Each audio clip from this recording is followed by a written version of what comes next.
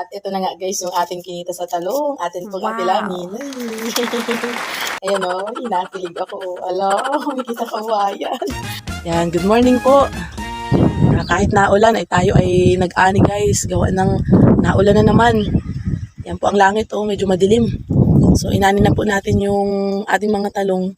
Gawa ng kailangan na po natin siguro mag-spray ng ating fungicide. At medyo naninilaw na po yung mga talong ay. So yun yung isa po sa challenge ng pagtatalungan. Kailangan alam mo din yung kung kailan dapat aanihin. Gawa ng pag hindi mo naani, baka mamaya ay puro uod na yung maani mo. So ngayon, sa ano ko po, sa na-harvest ko, may ilan-ilan doon na na may uod na rin. Kasi patatlong araw na tuwing madaling araw at umaga na ulan po din sa amin. Ayan po. Ayan po, ang daming baka sa labas Ayan po yung ating talungan.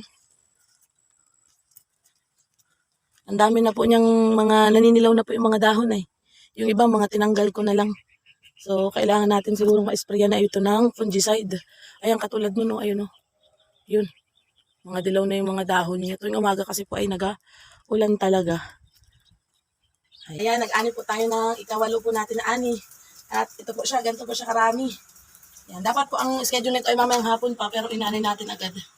Gawa ng lakas po ng ulan. Naulan po ngayon. So, yung mga talong natin ay kailangan na natin kasing isprayan ng fungicide. Gawa ng nagadilawan na rin po siya kasi tuwing umaga naulan po dito. So, salamat po sa biyaya natin ngayong araw at tayo po ay nakaisang puno ng basket. Nakaisang basket naman po tayo ngayon, nakakatuwa. Ang ganda po ng mga ani kong talong. Hindi naman po sa pagyayabang pero mas maganda po talaga ngayong ani. Yung mga nakaraan ay maraming mga mga yung hindi siya sobrang kinis. Ngayon ay medyo makinis-kinis na po lalo. Ayan po. Yan.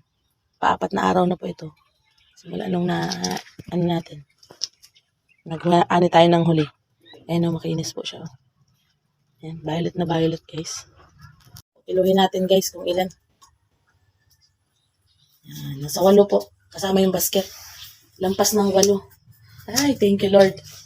Kaani po ulit kami. At ito na nga guys, yung ating kinita sa talong, ating pag-abilangin. Ayan inakilig ako. Ala, may kita kawayan. Abilangin natin guys 200, 300, 400, 500, 600, 700, 800, 900, 1,000. 1,100, 1,200, 1,300. Tapos may mga coins pa tayo guys. Ito mga coins natin. Ayan po, ayan. Ayan, bilangin natin. 1,300 po yung ating bills. At ito ngayon isa sa masarap sa pakiramdam na binibilang mo na yung pinagbentahan ng pinaghirapan mo. Iba pa yung binaibigay mo na ibahagi mo sa kapitbahay, sa malayong kapitbahay, at sa mga customers or mga nakabili sa iyo. Wow!